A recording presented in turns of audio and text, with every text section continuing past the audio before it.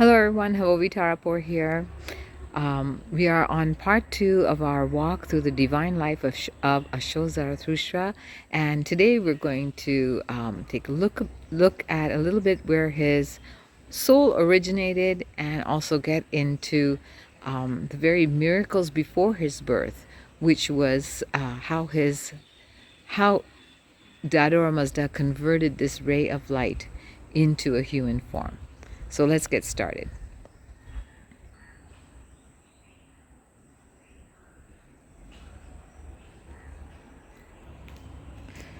So we're going to concentrate a little bit on this picture right here. And it's a lovely picture. The picture is not done by myself. I got it from one of the publications of Mazda Connection, which is run by Silu Mehta and Malcolm Besania. But it's a nice depiction of where his soul originated. Um, we, we know that Zartos Pegamber was once with Dador Ahura Mazda. What does that mean? So are all the Yazids and Amishaspins. So just like the sun has rays of light, the lights are not separate from the sun, but they extend in different directions, touch different things, and maybe even have different frequencies, colors, etc. So, similarly, what we are talking about are these rays of light, which are extending from Dador Mazda to do certain jobs. We have the Ameshaspins, which are there for the creation and the perfection of all things and bringing them back into perfection. And we have Zarathustra. Zarathustra was once also with Ahura Mazda, and in mysticism, we call that ray of divine light that is extending from Ahura Mazda as Zarathustra Gatha, from which then the very human form manifested as the Sartos Pegamber, born, of the Spidama family, and from who then the Gathas were brought to us. So this is a very lovely depiction of that, and we're going to go on a little bit and show you a few posters of how Dadura Mazda actually converted this divine ray of his own light into human form. And it's a very mystical topic, but we're going to take it very lightly because although we might think, and although even I might think that I understand it, I might not understand it because, after all, it is very mystical. So I will just keep it short and simple, but I think it's worth knowing how this ray of light actually took on a human form. So, here I just want to take a minute and clarify what we mean by saying mysticism or saying something is very mystical. It should not be misunderstood as being a myth. The difference between the two is very simple. A myth is like a fairy tale, you know, Cinderella stories and things that are not true, but just we say them to sort of convey a moral value or something like that. On the other hand, mysticism is an event that has or is taking place in nature, but one that we cannot see with our five senses. So, just as we cannot see our souls, we cannot see our own thoughts, we can't see our own emotions. Similarly, there are levels of existence where things do happen in nature, which ultimately culminate to what we see physically in this world. But that thing that is happening in nature is something that we are unable to see with our or hear or perceive with our senses. So when I say mysticism, it is a very high concept. And although this idea of Aura Mazda um, converting a ray of divine light, his own light, one ray that we call Zarathustra, um, into human form, it sounds very, well, it sounds like a miracle and it sounds very unbelievable. But in reality, Aren't we all coming from a level of being one with Dad or Mazda, having some kind of deficiency? in our character, some kind of deficiency in our thoughts, the imperfection of our thoughts. Uh, what is the whole reason for creation, and how our souls have also descended into onto this earth. We were once spirit, and now we are matter. So it shouldn't sound too out of this world for us to understand and accept that Ahura Mazda has converted a ray of his light into a human form. The difference between that ray of light and us, of course, is that ray of light is a ray that is perfected. In our scriptures, he's often referred to uh, as an Amasaspan, as a Yazid, as one with Dador Mazda. So the thing is, here we have to understand that we are moving from the material world, from having um, imperfection in our spirit, having to take on a physical body, and then learning how to alchemize that and move up to Dador Mazda. Whereas Zartospegenberg was perfect in spirit because he was with Dadar Mazda. It is Dadar Mazda. It's like saying that I'm extending, by extending my hand. The hand is still part of me, but I'm extending my hand. So similarly, we must think of Zartospegenberg very much like that, like an extended, all the Yazidin assassins. We very much have to think of them as an extension of Dadar Mazda. So, having said that, and trying to bring that kind of concept to your mind, that it's not something that is out of this world. We are all spirit at one point. We are all matter today, and we will all move back into spirit once we are perfected. So, this is a normal thing that we should have inculcated in our minds by now. But this topic of Zarathustra, and the topic that we are going to say is this whole mysticism of how his divine light became human in human form. It sounds very complicated. It is very complicated. But what I'm going to do is I'm going to put up um, pages right out of my children's books. So, which book is it? I'll show you right now. So, this book here has all the information in it that we are talking about through this walk. Of course, it's extremely simplified for children. And I think for this instance, I'm going to put this highly complex matter up from pages from this book just to show you that it is not something that we are unable to tell the children. We are able to tell the children, and they are able to understand.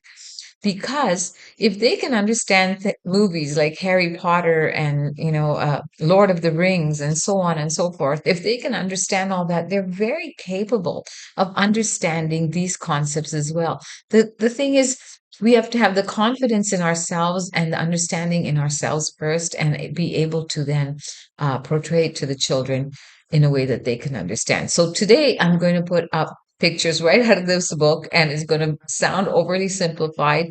And I intend it to be so because, after all, we can all guess about what's happening in the ninth and eighth and heavens, and in Nisti and Hasti and the planter. But we can just those are just guesses, and let's just keep it simple and keep it to what we do know, and we'll go forward from here. Okay, let's go. So I'm putting up this picture here again because perhaps it's a little bit easier to see when it's not on a poster on a banner. You can probably take a few seconds to read all the yazids and Amishasmans, etc., that emanate from Dadar Mazda. But the reason for putting this up here is, again, we have to understand that Dadar Mazda has created what we call a miracle because we cannot perceive it.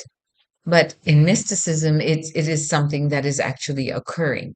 So, how he takes a ray of divine light and converts it into a human form is, in fact, the very first miracle of Zartos Pegamber. The idea is that before what we know as Zartos Pegamber has arrived on this earth, um, there was miracles already happening in the universe, in and in the mystical realm. So that's this picture. That's what we're trying to portray here in this picture. And like I said, it's right out of my children's books. You can see on the top, it says Color Me Zarathustra, Book 3. It even has the page numbers on the bottom. So do take a look at that book and try to explain this story to your children once you yourself have understood it. The next picture is basically I'm going to show fast forward a bit and show that well Ahura Mazda decided to send Zarthus down in a three-stage miracle. So one stage he sends down Zarthus follower. Um, Now Zarthus was a perfect soul, so you can say that his follower and soul are actually together as one. Just as when we become perfected, we will join up with our follower. So he sent one at one stage he sends Zartus follower. Another stage he sends down his kore, that is the light that surrounded him. And on the third stage of this whole creation of our Pegamber Sahib, he sends down the body or the genes that will ultimately become the body. So now in doing that, the first thing that Ahura Mazda sends down, again, this is a picture from my children's books. And we can see here that from this light, divine light in the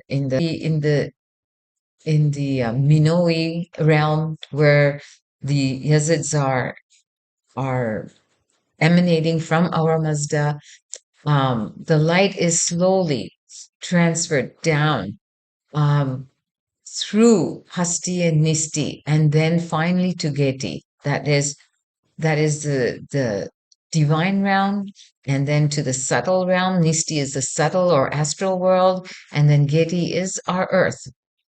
Okay, and when it comes to Geti, there in the even in those ancient days, there was always in the Mazdiashni home, there was always a nice Atas Dadga burning, and the Kore went to the Atas Dadga of the Zoish family.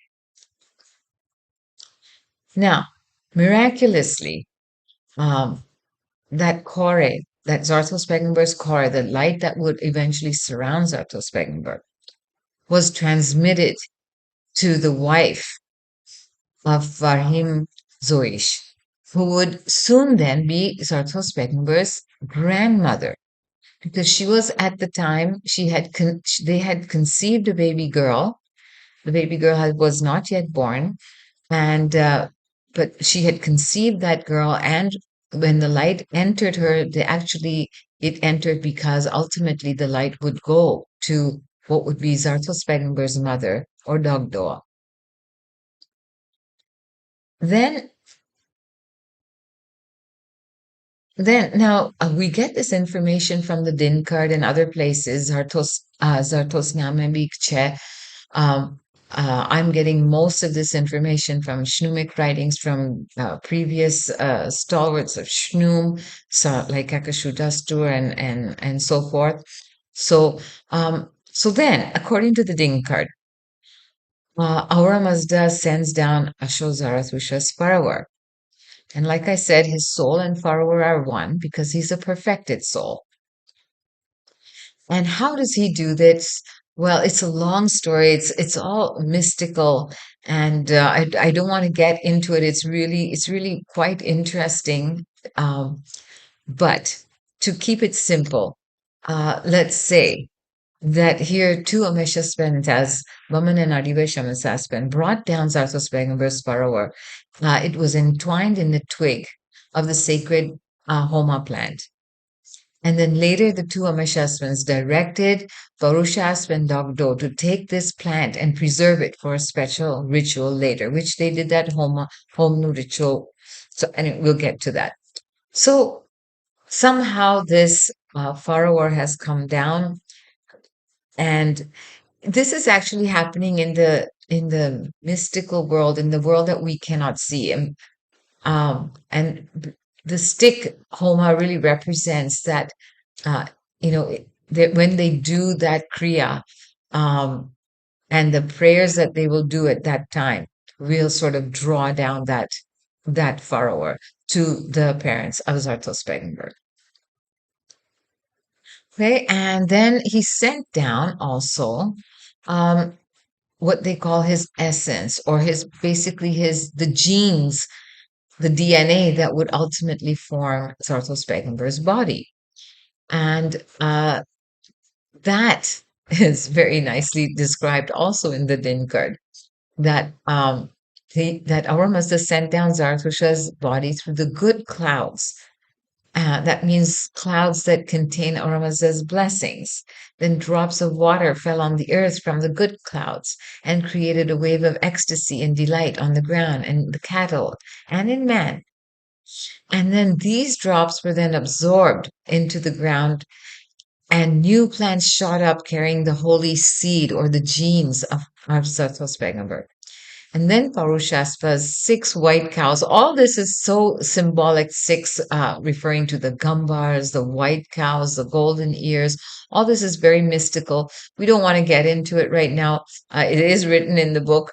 But anyways, so when Parushasva's six cows with golden ears grazed on these plants, Zarathustra's gene was then transferred into their milk. And then Barushasva and Dogdoa did a special kriya, and then they pounded the homa plant that contains Arthrospeckenberg's furrower into the milk containing his gene. And now remember, the kore was already with Zarthos mother.